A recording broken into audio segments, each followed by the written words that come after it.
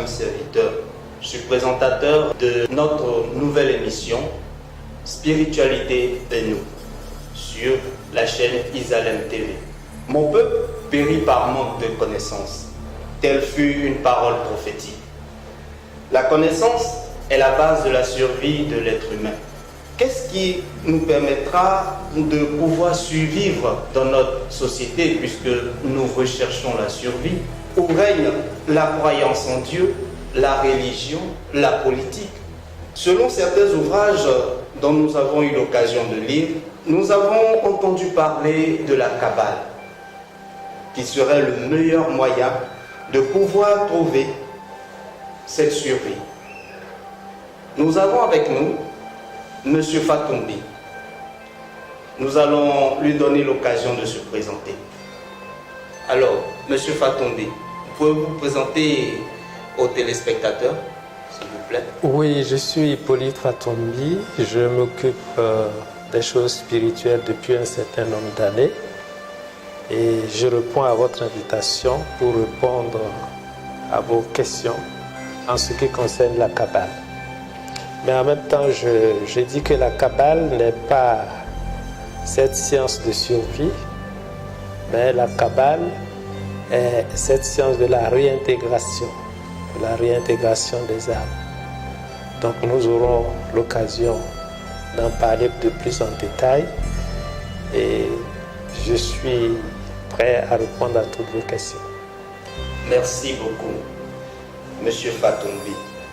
Alors, pour cette émission, notre sujet c'est Kabbale et société. Alors, sans plus attendre, nous allons demander à notre invité de répondre à la première question qui est qu'est-ce que la Kabbale? La Kabbale veut dire tradition, la tradition reçue. La Kabbale va donc s'intéresser à tout ce qui a rapport à l'âme humaine.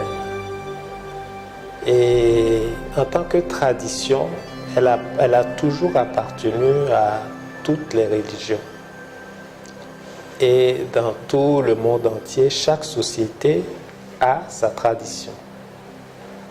C'est une tradition reçue parce que le genre humain s'est toujours posé la question de qu'est-ce que c'est que la vie, qu'est-ce que je suis venu faire sur terre.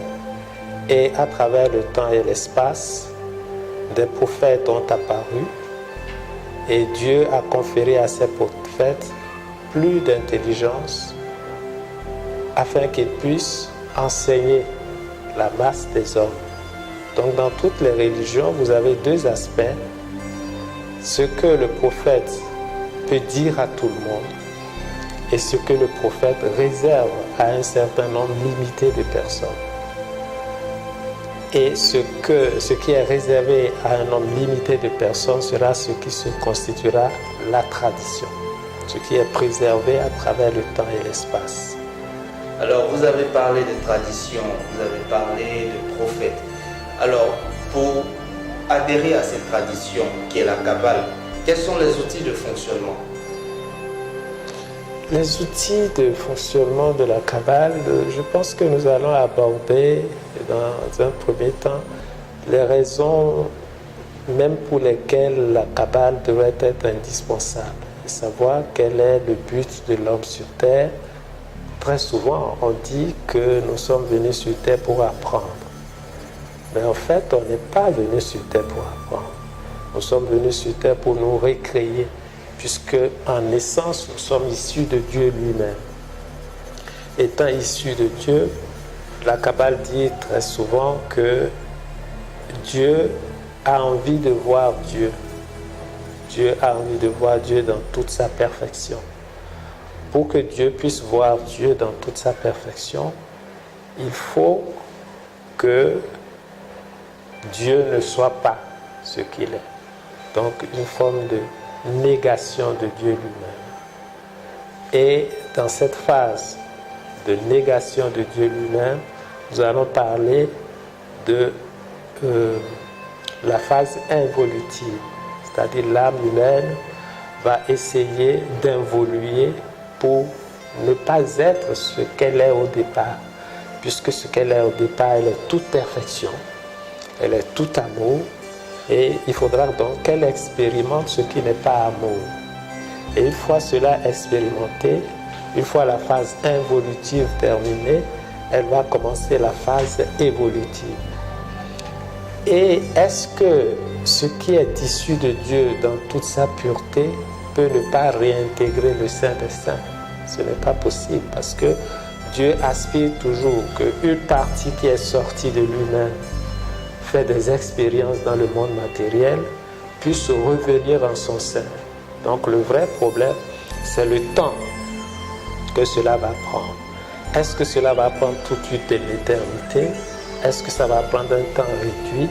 Alors la Kabbale aura pour objectif de donner des codes de la route menant à la perfection divine. Donc c'est le rôle de la Kabbale. Donc pour pouvoir arriver à atteindre cet objectif, la Kabbale va utiliser bien sûr ce qu'on appelle des outils. Un des premiers, ce serait par exemple l'arbre de vie. L'arbre de vie serait Dieu, dans son désir de créer, va essayer de diminuer successivement cette taux de vibration, d'allant du plan le plus élevé vers le plan le plus bas. Alors, dans cette phase, il y a 10 points, 10 centres qu'on appelle des séphirotes, qui sont des centres de manifestation divine. Donc, Dieu, dans son désir de créer, va se cristalliser en 10 positions différentes. Et donc, l'être humain aussi, pour pouvoir créer, va utiliser les mêmes références pour se cristalliser en 10 points différents. Donc, avec la connaissance, lorsque nous connaissons quels sont les processus de cristallisation en des phases différentes, nous pourrons nous rendre compte à quel niveau se trouve notre œuvre humaine. Donc, l'arbre de vie permet de voir les différentes étapes que prennent les activités de la création humaine. Il y a un deuxième principe qui sera utilisé, celui de combien de temps cela va prendre, combien de temps l'œuvre de création va prendre.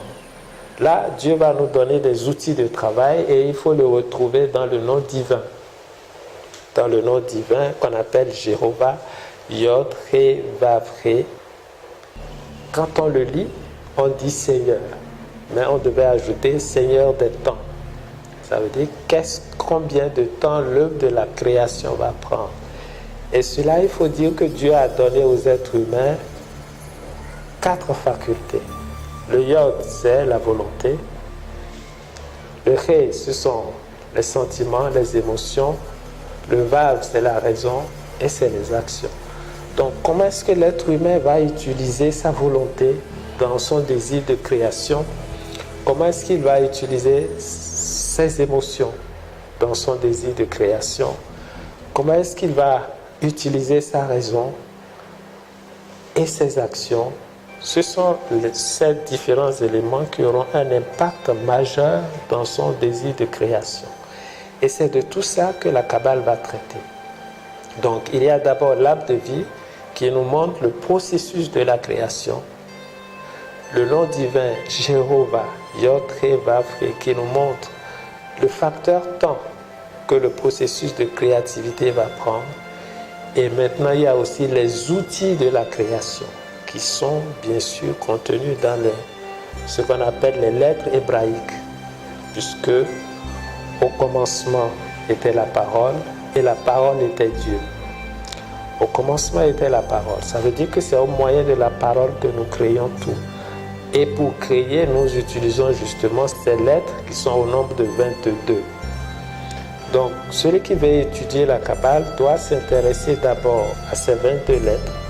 Ensuite, s'intéresser au processus de matérialisation de l'unique principe divin allant de la sphère la plus élevée vers la sphère la plus basse. Ensuite, s'intéresser au processus du temps, c'est-à-dire à la maîtrise et à la compréhension de manière très approfondie de ce que représente le nom de Yod, Tré-Bafré. Et pourquoi ce nom est imprononçable? Parce qu'il doit devenir le mobile de nos actions afin d'accélérer le processus de réintégration. Et maintenant, puisque nous avons les informations concernant les outils de fonctionnement pour apprendre la Kabbale, alors quel sera l'impact de la Kabbale dans la société? Dans un premier temps, quel est l'objectif de la Kabbale elle-même? La Kabbale a pour objectif de transmettre à chaque société les codes de la route divine. Comment vivre de façon en harmonie avec Dieu lui-même. Toutes les sociétés ont leur Kabbale. Il ne peut bien sûr, selon leur niveau d'évolution, ont leur tradition. Donc, dans un premier temps, et je pense qu'il y a un meilleur fonctionnement de la société, il faut que ces codes de la route soient transmis à ceux qui sont chargés à même de diriger la société. On ne peut pas avoir d'impact sur la société sans connaître les fondements, les codes par lesquels l'univers fonctionne. Et c'est l'objectif de la Kabbale. La Kabbale enseigne les mystères de la vie. Et elle peut s'appliquer sur le plan spéculatif, ça veut dire qu'avec la Kabbale, on peut essayer de comprendre les textes bibliques, les textes divins. Sur le plan mystique, c'est-à-dire utiliser les enseignements de la Kabbale pour se perfectionner soi-même, ou sur le plan purement pratique, c'est-à-dire appliquer toutes ces connaissances à toutes nos activités de tous les jours. Donc, la Kabbale trouvera sa place dans la politique. La Kabbale trouvera sa place dans la religion.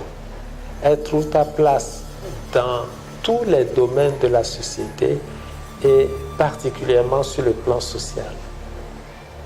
Donc, il faudra préciser le secteur d'activité sociale pour que nous puissions voir l'impact de la Kabbale dans chaque secteur social. Merci beaucoup. Mais vous avez touché un point. Vous avez parlé du mystère de la vie. Quand vous parlez de mystère de la vie, à quoi pouvons-nous faire allusion? Parce que pour le commun du mortel, bon, il se lève le matin, il a trouvé quelque chose à manger, il dort le soir. Bon. Qu'est-ce qui peut être un mystère pour la vie? Un mystère de la vie pour lui, plutôt. Oui, le mystère de la vie, c'est tout ce que dans la vie on ne comprend pas. Donc, il faudra dans un premier temps transmettre à la société les vrais mystères de la vie. Comment est-ce qu'il faut se comporter? Comment est-ce qu'il faut parler? Comment est-ce qu'il faut faire pour faire en sorte que la société et les membres de la société puissent se comprendre?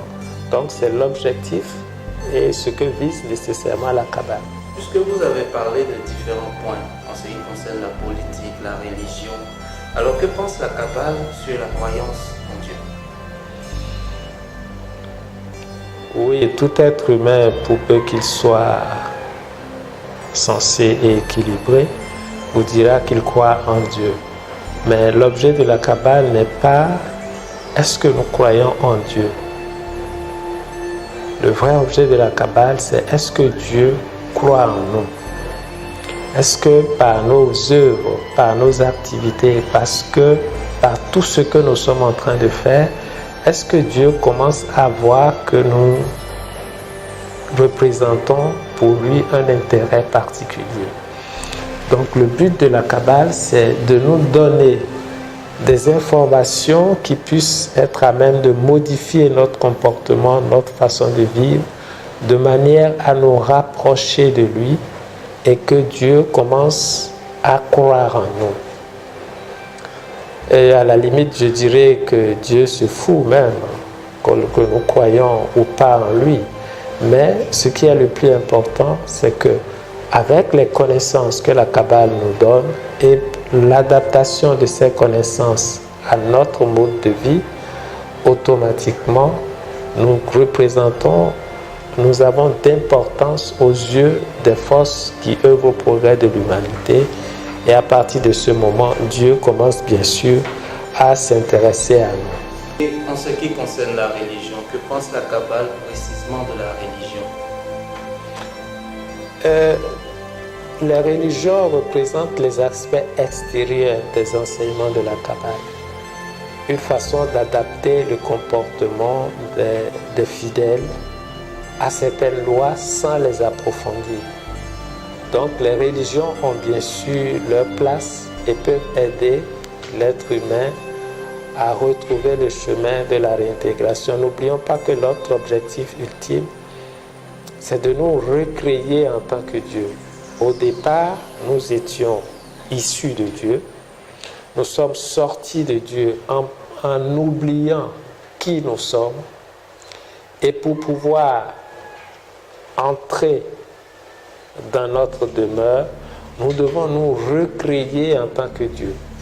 Donc il est tout à fait normal que dans le processus, ce que j'avais appelé d'involution, il est tout à fait normal que l'être humain fasse des erreurs. C'est-à-dire qu'il fasse des choses qui ne sont pas en réalité ce qu'il est. Et après, dans la phase évolutive, qu'il apprenne à corriger tout ce qui a été fait en deçà de ce qui est en harmonie avec lui et qu'il puisse à partir de ce moment travailler pour sa réintégration dans le sein des saints. Donc ça peut prendre beaucoup de temps, mais l'objet de la Kabbale, c'est de réduire ce temps en donnant des enseignements, une formation spirituelle à même de nous amener à travailler en très peu de temps à ce qu'on appelle l'ouverture et l'évolution spirituelle. Et un autre domaine que vous avez cité plus tôt est la politique. Que pense la Kabbale plutôt de la politique? Oui, je dis très souvent que la politique, c'est un sacerdoce. C'est-à-dire que nous devons faire la politique pour pouvoir aider Dieu dans ce processus de réintégration en créant les conditions de manifestation de l'amour. Parce que ce n'est que lorsque l'amour se manifeste que la population a cette possibilité d'évoluer plus rapidement.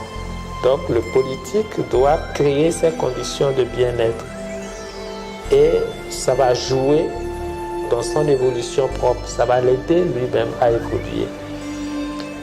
Aller en dehors de ce processus peut être un frein pour l'évolution de l'homme politique.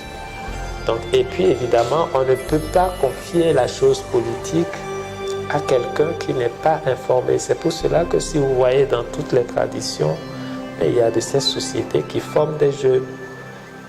On les forme pour pouvoir savoir comment se comporter dans la société, comment agir dans la société. Imaginez-vous que nous prenons quelqu'un qui vient directement des États-Unis, qui n'a aucune formation, et qu'on le bombarde, qu'on lui donne des rôles politiques. Politique qui a besoin de la Kabbale. Et ceci est extrêmement important parce que lorsque l'homme politique est formé, selon les sciences sacrées, il peut modeler son comportement et œuvrer pour le bien-être social en prenant conscience que les actes qu'il pose peuvent aller contre lui-même son évolution ou bien aller pour son évolution.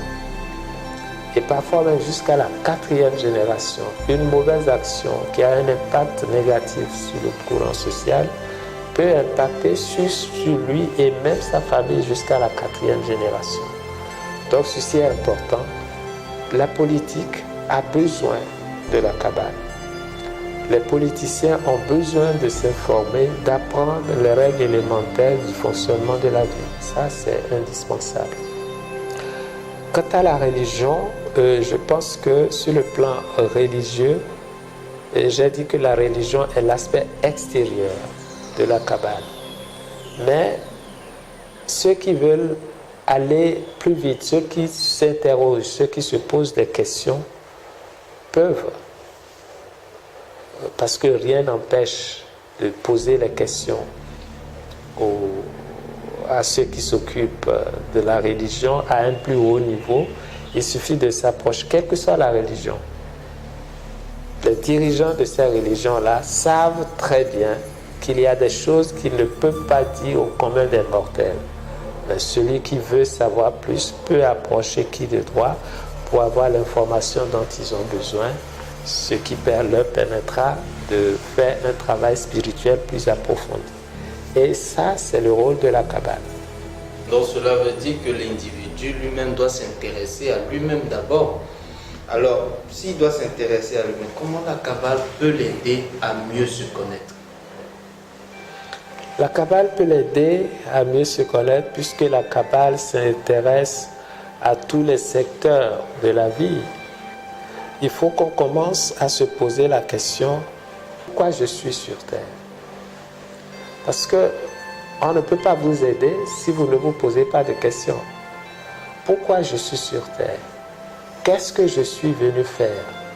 Et quels sont les moyens que Dieu m'a donnés pour parfaire mon existence terrestre? Grâce à l'astrologie, puisque la Kabbale s'intéresse aussi à l'astrologie, on pourra savoir, l'astrologie pourra vous indiquer quelle est votre mission sur Terre, quels sont les objectifs que vous devez atteindre, quels sont les atouts que Dieu vous a donnés, et ceci va vous permettre de mieux vous orienter. Vous avez parlé de l'astrologie. C'est quoi au juste? Est-ce l'horoscope qu'on lit dans nos revues mensuelles ou quotidiennes? C'est quoi l'astrologie? L'astrologie, c'est la science des astres. Et l'astrologie permet, le vrai rôle objectif de l'astrologie, c'est de permettre à l'être humain de se connaître de manière plus approfondie. L'horoscope a tendance à prédire ce que sera demain. Mais du point de vue de la Kabbale pense que ce que sera demain, le lendemain de tout individu, dépend de l'acte qu'il pose maintenant. L'horoscope, pour le kabbaliste, est sans fondement. Et c'est le rôle de l'astrologie kabbalistique, de la dimension de l'âme qui est venue sur Terre, des objectifs que cette âme doit atteindre, du rôle assigné à cette âme et des moyens qui lui sont donnés pour réaliser son objectif terrestre. Et ce n'est que l'astrologie kabbalistique qui peut le lui fournir afin qu'il puisse mener une vie plus épanouie et les choses nous arrivent sans que nous ayons les outils de la vie pour essayer de nous défendre. Et je pense que chacun sera responsable de sa négligence. Merci beaucoup. Alors, vous avez parlé de volonté. Voilà une personne lambda qui cherche à apprendre ce que c'est que la Kabbale. Où il peut trouver la Kabbale? La Kabbale, vous savez, partout maintenant, il y a des centres de Kabbale. Il y a des écoles qui enseignent la Kabbale.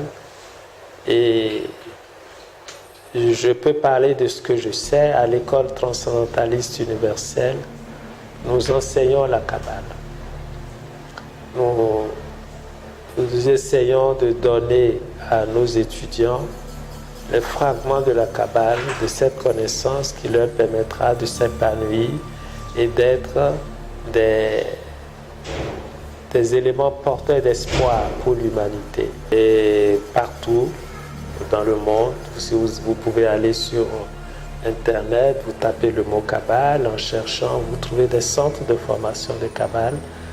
Mais il y a aussi les enseignements de Kabbale qui sont dispensés par l'école transcendentaliste universelle. il suffit d'aller sur guerachiel.com.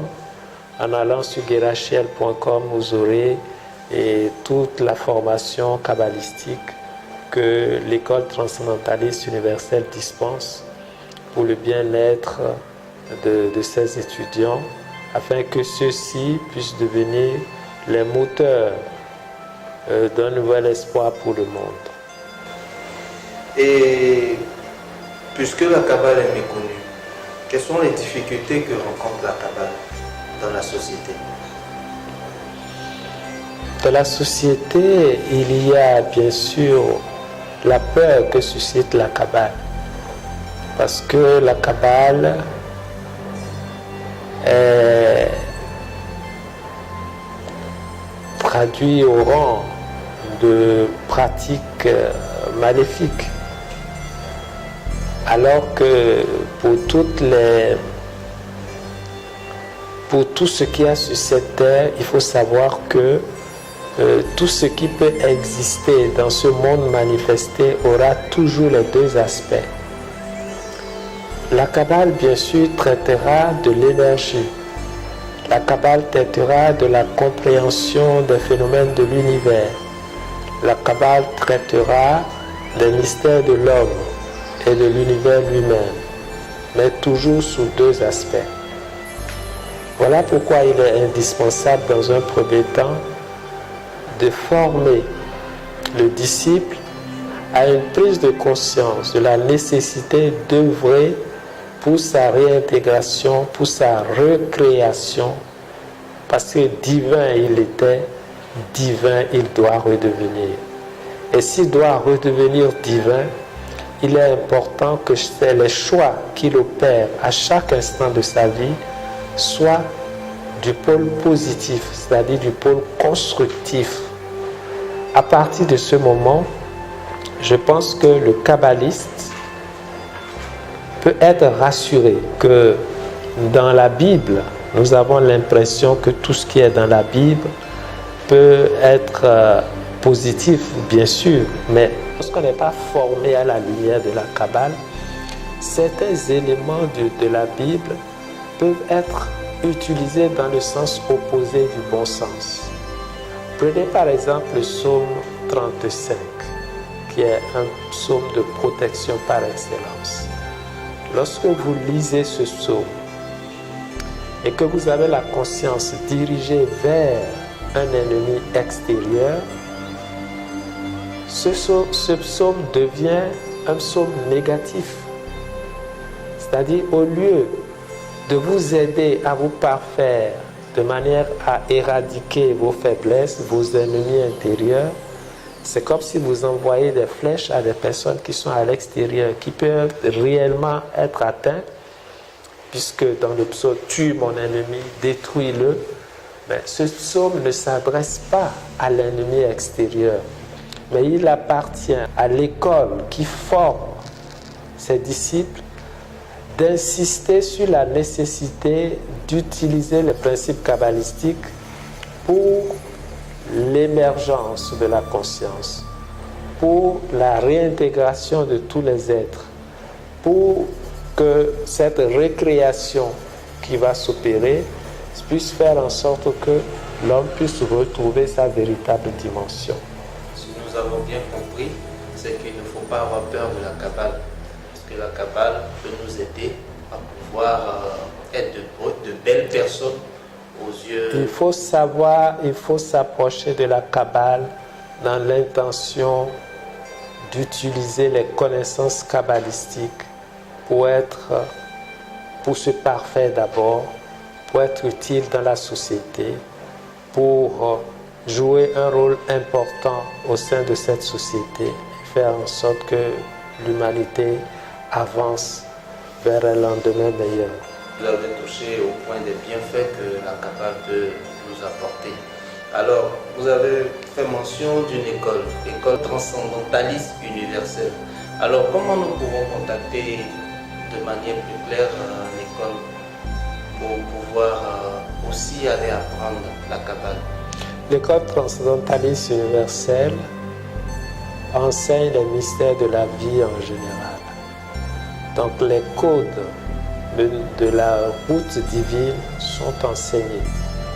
Et il appartient, et nous mettons toutes les précautions pour que la personne qui vient se former au sein de notre école n'ait qu'une seule ambition, celle de se parfaire, celle d'être un élément qui sera plus utile dans la société et qu'il joue pleinement son rôle, que ce soit sur le plan politique, que ce soit sur le plan des affaires, que ce soit sur le plan personnel. Les moyens lui sont donnés pour être un moteur de cette société. L'école transcendentaliste prend toutes les précautions. Vous ne pouvez pas venir à l'école transcendentaliste universelle sans prendre conscience de la nécessité d'œuvrer pour le bien. Nous voici au terme de notre émission. Et ce fut un honneur et un plaisir de pouvoir parler avec M. Fatoumbi, grand spiritualiste. Et il nous a fait découvrir ce que c'est que la Kabbale et aussi à présenter l'école transcendentaliste universelle dont il en fait partie. Mais avant de vous laisser, nous allons lire une petite histoire et ensemble nous allons méditer là-dessus. Il s'agit d'un moine nommé Serafino qui a demandé avec insistance au Seigneur de pouvoir prendre sa place sur la croix. Il souhaitait partager tout le rôle du Christ. Un jour, le crucifix a accepté, mais avec un pacte. Le Seigneur Jésus lui a dit « Tais-toi ». Serafino, moine, habitué, a immédiatement promis qu'il allait se taire. Le Christ est alors descendu de la croix qui était dans l'église et le moine, Serafino, est monté à la place. Un homme riche est venu prier et comme il priait, le sac d'argent a glissé. Il se leva pour partir et Serafino, qui a vu, aurait voulu dire que le sac est tombé, mais il s'est engagé à rester silencieux puis à se taire. Immédiatement après, un pauvre est entré. Il a commencé à prier, mais aussitôt ses yeux sont tombés sur ce sac d'argent. Il regarda autour de lui, il n'y avait personne pour le voir. Il prit le sac, le mit dans sa poche et s'enfuit en courant. Serafino aurait aimé lui dire qu'il ne devrait pas les prendre, car le sac ne lui appartenait pas, mais il s'est engagé à se taire et il s'est tué. Puis vint un jeune homme qui s'agenouilla avec dévotion au pied du crucifix pour demander de l'aide et la protection parce qu'il était sur le point de voyager en mer. À ce moment, l'homme riche du départ entra avec les gendarmes en disant qu'il avait laissé un sac d'argent dans l'église. La seule personne présente était ce jeune homme. Les gendarmes l'ont emmené et l'ont arrêté. À ce stade, Serafino ne pouvait plus se taire et il criait « Il est innocent ». Imaginez, le crucifix qui parle a sauvé ce jeune homme de la prison, car grâce à cette voie, il a permis de mieux enquêter et il a laissé partir le jeune homme qui s'était embarqué et a arrêté le pauvre qui avait pris l'argent. Et le sac contenant l'argent a été rendu à l'homme riche. Le Seigneur dit alors, « Non, Serafino, vous avez tout faux. Votre engagement était de rester tranquille. Tu as promis. Au lieu de cela, en parlant, vous avez ruiné mon action. » Cet homme riche allait faire un mauvais travail avec cet argent. Ce jeune homme est en train de sombrer dans la mer et il m'a demandé de l'aide. S'il était en prison, au moins pour une journée, il perdrait le navire et n'allait pas mourir. Tu as tout gâché. Tu ne peux pas être à ma place, cher Serafino. Même si tu es un moine et que tu te considères en avance dans la vie spirituelle, ma providence guide les choses mieux que toi-même lorsqu'elles semblent mal tournées. Je vous laisse pour que vous puissiez méditer sur cette histoire et voir en quelle mesure chacun de nous peut devenir un jour kabbaliste.